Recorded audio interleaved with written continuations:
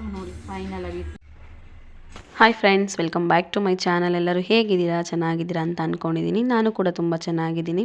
So ಇವತ್ತಿನ ವ್ಲಾಗಲ್ಲಿ ನಾನು ಏನೆಲ್ಲ ಶೇರ್ ಮಾಡ್ತಾಯಿದ್ದೀನಿ ಅಂತ ಅಂದ್ಕೊಂಡ್ರೆ, ಫ್ರೈಡೇ ವ್ಲಾಗ್ ಇದು. ಫ್ರೈಡೇ ಹೇಗಿತ್ತು ನನ್ನ ರೂಟೀನ್ ಅದನ್ನು ಶೇರ್ ಮಾಡ್ತಾಯಿದ್ದೀನಿ. ಸೊ ಫ್ರೈಡೇ ಬೆಳಗ್ಗೆನೇ ನಾನು ಒಂದು 11:30ಗೆಲ್ಲ ಮನೆಯಲ್ಲಿ ಕೆಲಸ ಎಲ್ಲನೂ ಮುಗಿಸ್ಬಿಟ್ಟು ಇಂಟರ್ವ್ಯೂಗೆ ಹೋಗ್ತಾಯಿದ್ದೀನಿ. ಏನಪ್ಪ ಇದು ಹೊಸ ವಿಷಯ, ಇಂಟರ್ವ್ಯೂ ಅಂತ ಹೇಳ್ತಾ ಇದ್ದಾಳೆ ಅಂತ ಅಂದ್ಕೋಬೇಡಿ. ಸೊ ಒಂದು ಕ್ಲಿನಿಕಲ್ಲಿ ನನ್ನ ರಿಸೆಪ್ಷನಿಸ್ಟಾಗಿ ಇಂಟರ್ವ್ಯೂ ಇತ್ತು. ಸೊ ಹಾಗಾಗಿ ಹೋಗ್ತಾ ಇದ್ದೀನಿ. ನಾನು ಅಲ್ಲೆಲ್ಲ ಏನೂ ವೀಡಿಯೋನ ಶೂಟ್ ಮಾಡಿಲ್ಲ, ಜಸ್ಟು ಹೋಗಬೇಕಾದ್ರೆ ಅಷ್ಟೇ ಒಂದಷ್ಟು ಕ್ಲಿಪ್ಪಿಂಗನ್ನು ತಗೊಂಡೆ ನಾನು. ಸರಿ, ನೀವು ಬೆಳಗ್ಗೆಯಿಂದ ಏನು ಹೋಗಬೇಕಾದ್ರೆ ಕ್ಲಿಪ್ಪಿಂಗ್ ತೊಗೊಳ್ಳೋಣ, ವೀಡಿಯೋ ಮಾಡಬೇಕು ಅಂತ ಅಂದ್ಕೊಂಡಿದ್ದೆ. ಆ್ಯಕ್ಚುಲಿ ಮಾಡೋಕ್ಕಾಗಲಿಲ್ಲ ನನಗೆ, ಹೊಸ ಜಾಗದಲ್ಲಿ ಮಾಡೋಕ್ಕಾಗಲ್ಲ ಅಲ್ವಾ, ಹಾಗಾಗಿ. ಸೊ ಈಗ ನಾನು ಒಬ್ಬಳೇ ಹೊರಟಿದ್ದೀನಿ. ಮಕ್ಕಳನ್ನ ಜಿಜ್ಜು ಸ್ಕೂಲಿಗೆ ಹೋಗಿದ್ದಾನೆ, ಕನಸುನ ಶಿಲ್ಪನ ಹತ್ರ ಬಿಟ್ಟು ಬಂದಿದ್ದೀನಿ. ಹಾಗಾಗಿ ನಾನು ಇಂಟರ್ವ್ಯೂ ಮುಗಿಸ್ಕೊಂಡು ಬೇಗ ಹೋಗಬೇಕು. ಕನಸು ಜಾಸ್ತಿ ಹೊತ್ತು ಶಿಲ್ಪ ಹತ್ರ ಇರಲ್ಲ ಅಲ್ವಾ, ಅಳ್ತಾ ಇರ್ತಾಳೆ. ಅವಳಿಗೆ ಇವಾಗ ಹುಷಾರಿಲ್ಲದೆ ಇರೋ ಕಾರಣ ಅಳ್ತಾ ಇರ್ತಾಳೆ. ನೀವು ಅನ್ಕೋಬೋದು, ಹುಷಾರಿಲ್ಲದೆ ಇಲ್ವಲ್ಲ ಕನಸುಗೆ, ನೀವು ಅವಳನ್ನ ಬಿಟ್ಟು ಇಂಟರ್ವ್ಯೂಗೆ ಹೋಗಿದ್ದೀರಾ, ನಿಮ್ಗೆ ಅದು ಮುಖ್ಯನಾ ಅಂತ ಹೇಳಿ. ಸೊ ಈಗ ಕೆಲಸ ಎಲ್ರಿಗೂ ಇಂಪಾರ್ಟೆಂಟ್ ಅಲ್ವಾ ಸ್ನೇಹಿತರೆ. ಇನ್ನೊಂದು ಸ್ವಲ್ಪ ದಿನದಲ್ಲಿ ಅವಳು ಇನ್ನೊಂದು 2-3 ದಿನದಲ್ಲಿ ಸರಿ ಹೋಗ್ತಾಳೆ. ಬಟ್ ಕೆಲಸ ಇಂಟರ್ವ್ಯೂ ಅಂತ ಬಂದಾಗ ಮತ್ತೆ ಸಿಗುತ್ತೆ ಅಂತ ಯಾವ ಗ್ಯಾರಂಟಿ ಅಲ್ವಾ. ಹಾಗಾಗಿ ಪೂಜೆ ಮಾಡಬೇಕು. ಪೂಜೆ ದೇವ್ರ ಮನೆ ತೋರಿಸ್ತೀನಿ ನಾನು ನಿಮಗೆ. ನೋಡಿ, ಎಲ್ಲ ಕ್ಲೀನ್ ಮಾಡಿ ಪೂಜೆ ಮಾಡಬೇಕು. ಪೂಜೆ ಮಾಡಬೇಕಾದ್ರೆ ನಾನು ಮತ್ತೆ ನಿಮ್ಮ ಜೊತೆ ಸಿಗ್ತೀನಿ. ಅಲ್ಲಿ ತನಕ ಬಾಯ್. ಪೂಜೆ ಮಾಡಬೇಕಾದ್ರೆ ಮತ್ತೆ ಸಿಗ್ತೀನಿ, ಓಕೆನಾ? ನನ್ನ ಮಗಳು ಅಳ್ತಾ ಇದ್ದಾಳೆ ಆಗಲೇ. ಸೊ ನಿಮ್ಗೆ ಹೇಳಿದೆ ಪೂಜೆ ಮಾಡಬೇಕಾದ್ರೆ ಮತ್ತೆ ಸಿಗ್ತೀನಿ ಅಂತ ಹೇಳಿ. ಈಗ ದೇವ್ರ ಮನೆಯೆಲ್ಲ ಕ್ಲೀನ್ ಮಾಡಿದ್ದೀನಿ. ಕ್ಲೀನ್ ಮಾಡಿ ಎಲ್ಲ ಜೋಡಿಸಿದಾದ ನಂತರ ಉಪ್ಪಿನ ದೀಪ ಹಚ್ಕೊಳ್ಳೋದಕ್ಕೆ ಇಲ್ಲಿ ರೆಡಿ ಮಾಡ್ತಾಯಿದ್ದೀನಿ. ಸೊ ಉಪ್ಪಿನ ದೀಪ ಹಚ್ಕೊಳ್ಳೋ ಪ್ಲೇಟೆಲ್ಲ ಫ್ರೈಡೇ ಆದಮೇಲೆ ವಾಪಸ್ ತೊಳೆದಿಟ್ಟಿರ್ತೀವಲ್ವ, ಇವತ್ತು ಮತ್ತೆ ಇನ್ನೊಂದು ಸಾರಿ ತೊಳ್ಕೊಂಡು ಅದಕ್ಕೆ ನೀಟಾಗಿ ಅರಿಶಿನ ಎಲ್ಲ ಹಚ್ಚಿ ಕುಂಕುಮ ಇಟ್ಟು ಉಪ್ಪನ್ನೆಲ್ಲ ಹಾಕಿ ಮತ್ತೆ ಅದ್ರ ಮೇಲೆ ಪ್ಲೇಟು ಅಕ್ಷತೆ ಇಟ್ಟು ಅದ್ರ ಮೇಲೆ ಮತ್ತೆ ದೀಪ ಇಟ್ಟು ಈಗ ಎಣ್ಣೆ ಕೂಡ ಹಾಕ್ತಾಯಿದ್ದೀನಿ, ಬತ್ತಿ ಹಾಕಿ ಹೂವು ಎಲ್ಲ ಜೋಡಿಸ್ಕೊಂಡು ಅಲ್ಲಿ ಜೋಡಿಸ್ಬೇಕು. ಸೊ ಇದಕ್ಕೆ ಕೆಂಪು ಹೂವು ಒಂದಾದರೂ ಇಡಬೇಕು ಅಂತ ನಾನು ನಿಮ್ಗೆ ತುಂಬ ಸರಿ ಹೇಳಿದ್ದೀನಿ. ಈಗ ನಾನು ಕೂಡ ಸಿಂಪಲ್ಲಾಗಿ ರೆಡಿ ಮಾಡಿ ಇಟ್ಟಿದ್ದೀನಿ. ಈಗ ಇಲ್ಲಿ ಹೊಸ್ಲಿಗೆ ಅರಿಶಿನ ಕುಂಕುಮ ಇಡಬೇಕಲ್ಲ, ರಂಗೋಲಿ ಎಲ್ಲ ಹಾಕಬೇಕು. ಹಾಗಾಗಿ ಹೂವೆಲ್ಲ ರೆಡಿ ಮಾಡ್ಕೊಳ್ತಾ ಇದ್ದೀನಿ.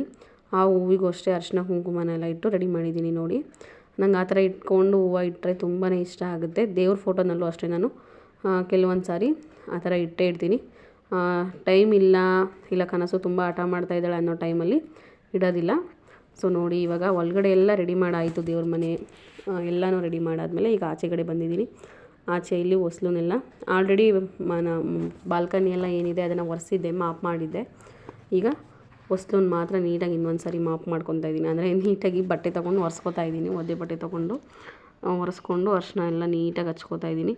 ಸೊ ನಾನು ಯಾವಾಗಲೂ ಇದೇ ರೀತಿ ಹೊಸ್ಲು ಪೂರ್ತಿ ಅರಿಶಿನನೆಲ್ಲ ಹಚ್ಚಿ ಅರಿಶಿನ ಕುಂಕುಮ ಇಡೋ ಅಂಥದ್ದು. ಸೊ ಅದೇನೋ ಗೊತ್ತಿಲ್ಲ, ಕೆಲವರು ಅರಿಶಿನ ಪೂರ್ತಿ ಹಚ್ಚೋದಿಲ್ಲ, ಹಾಗೆ ಇಡ್ತಾರೆ. ಕೆಲವರು ಅನ್ನೋದಕ್ಕಿಂತ ಮುಂಚೆ, ನಾನು ಮದುವೆ ಆಗಿ ಅದಕ್ಕಿಂತ ಮುಂಚೆ ಅಮ್ಮನ ಮನೇಲಿ ಹಾಗೆ ಮಾಡ್ತಾಯಿದ್ದಿದ್ದು. ಈಗಲೂ ಕೂಡ ನಾನು ಹೀಗೆ ಮಾಡ್ತಾಯಿದ್ದೀನಿ.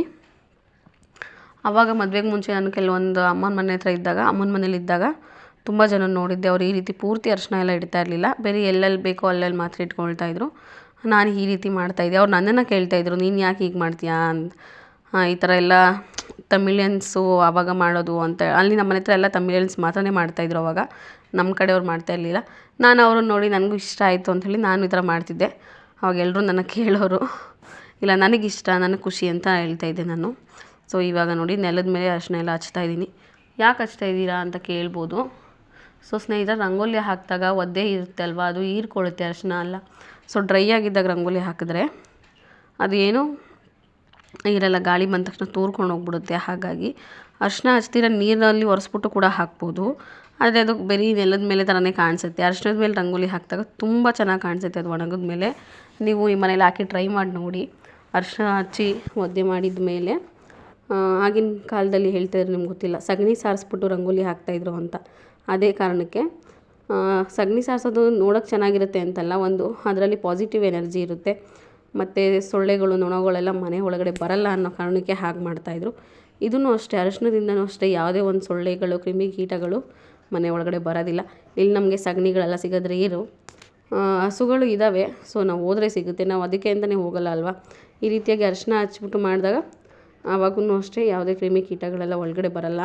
ಇದೂ ಅಷ್ಟೇ ಸೈಂಟಿಫಿಕ್ಕಾಗಿ ಯೂಸ್ ಮಾಡ್ಬೋದು.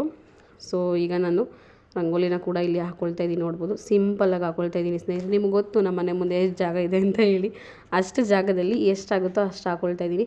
ಇನ್ನೊಂದು ರಿಜ್ಜು ಸೈಕಲ್ ಅದೆಲ್ಲ ನಿಲ್ಲಿಸಿರೋದ್ರಿಂದ ಜೀಪು ಸೈಕಲ್ಲು ಕುದುರೆ ಎಲ್ಲನೂ ಈಗ ಆಚೆನೇ ಹಾಕ್ಬಿಟ್ಟಿರ್ತೀನಿ. ಯಾಕಂದರೆ ಮನೇಲಿ